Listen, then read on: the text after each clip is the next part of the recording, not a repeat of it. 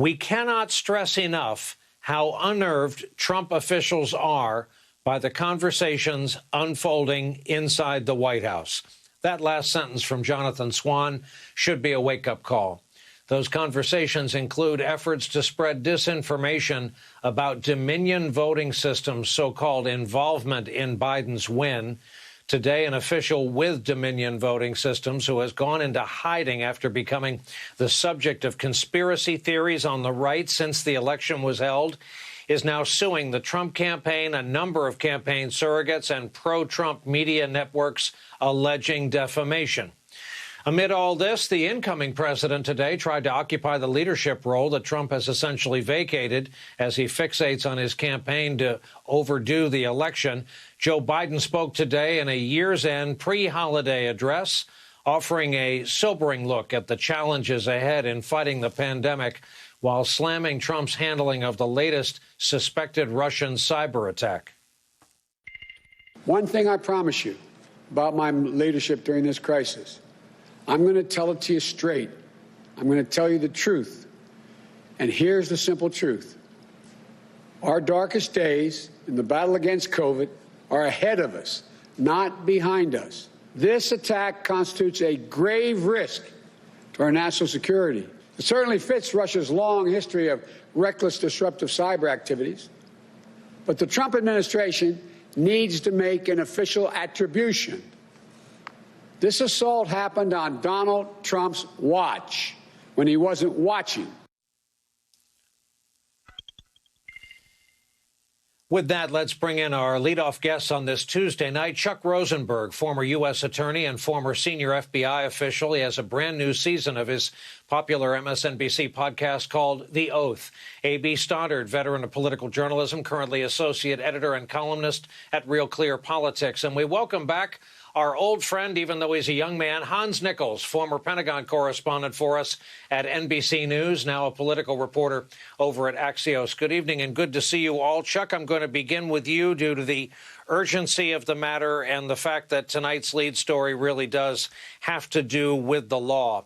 Talk about these pardons. Yes, we have 3 criminal former members of Congress on the Republican side, but talk about those who were part of the Mueller case, Mueller defendants tonight getting pardons. The president, Brian, continues to do everything he can by word and by deed to undermine the Mueller team, the Mueller findings, and the convictions of many people that were caught up in the Mueller investigation. You know, it shouldn't be surprising that people convicted of crimes get pardons. I mean, after all, that's who it's designed for. What we should be asking ourselves is who is getting pardons? Which people are getting pardons? And again and again and again, it's the president's friends and allies and his political supporters. And so it's hard for me to imagine that he cares very much about George Papadopoulos or Alexander Van der Zwaan, except that they were caught up in the Mueller investigation.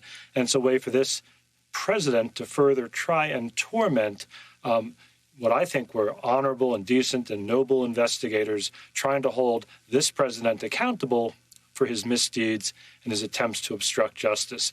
You know, pardons are designed for people who have paid their debt, who have expressed remorse, who have accepted guilt, who have, by their own deeds after release from sentence, shown good works and have contributed to their community. None of that applies to these people who are pardoned today. None of it. It's just an attempt to try and undermine the Mueller investigation.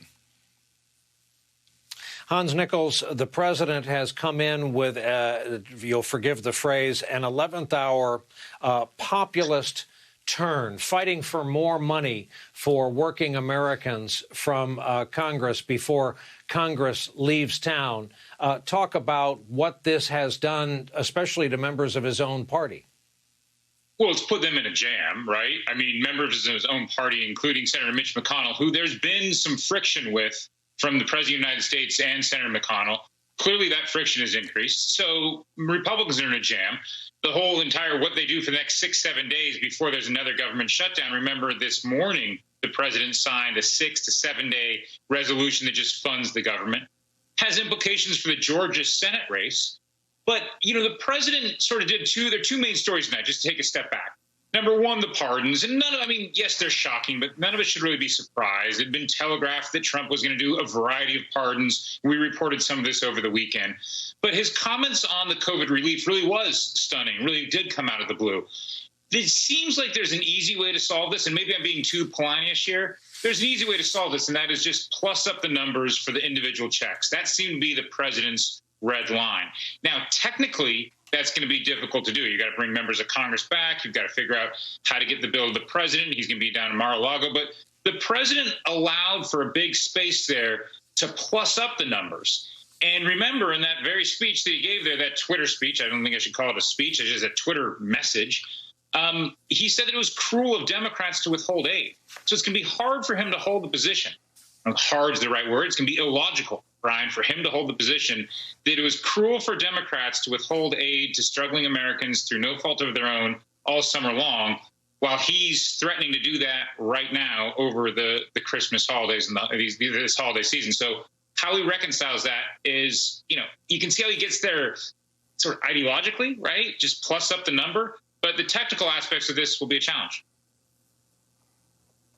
AB, I've been wanting to talk to you on this very topic. This is nihilism. This is running Republican against Republican in what is, oh, by the way, the president's own political party. In the last 24 hours, he has trolled McConnell and McConnell's deputy, John Thune. What possible good can come out of this?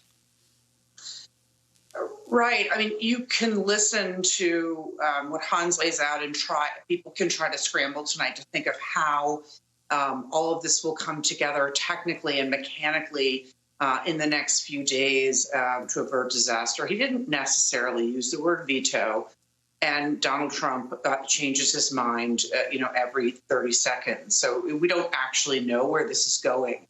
But I think it's clear in his attack on Mitch McConnell last night and his attack on Senator Thune today, that he doesn't care what is happening in the Georgia runoffs, that Mitch McConnell in recent days was expressing urgency about passing this because he needed to help the two incumbent senators in Georgia campaign on this.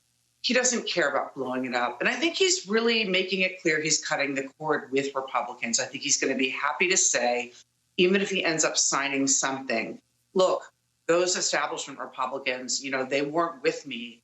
They didn't want to help Americans who were struggling as much as I did. And I think he's really going to turn, I've been trying to talk about this for a while, that he is going to destroy the Republican Party because he's not bonded in any kind of commitment or investment to anything beyond himself and his ability to make videos with multiple camera angles and be dramatic on social media and raise money for a following and for travel and staff in the future, where he can pretend he's running for president and not really do so, but thereby strangle the party for the next 3 years. He exacts punishment. He's threatening a primary challenge to John Thune in that tweet, and that's what he's doing. He's threatening everybody. He's not trying to be a leader of the Republican Party. He's really making it clear today that he's just trying to hold it hostage. Chuck, it's a lot. We're going to deal a little later in the broadcast in depth with what Bill Kristol theorized today on social media. The headline was a theory as to why Barr is leaving office tomorrow. One theory is because Barr knows what's coming. So my question to you is, what kind of fresh hell may be unleashed with Acting Attorney General Rosen? And will we officially know that the rules of reality are suspended if and when 29 days from now we wistfully look back at Bill Barr as one of the human guardrails around the president? Well, I'm not sure I'm going to miss Bill Barr tomorrow or 29 days from now, Brian. I think he's been a massive disappointment. But I think he's wise in the following sense. The last month is going to be holy hell, and lots of nutty things are going to happen. That's the technical legal term for it. And so, he's obviously fallen out with the president. I wouldn't be surprised if the president was very happy to see him go. And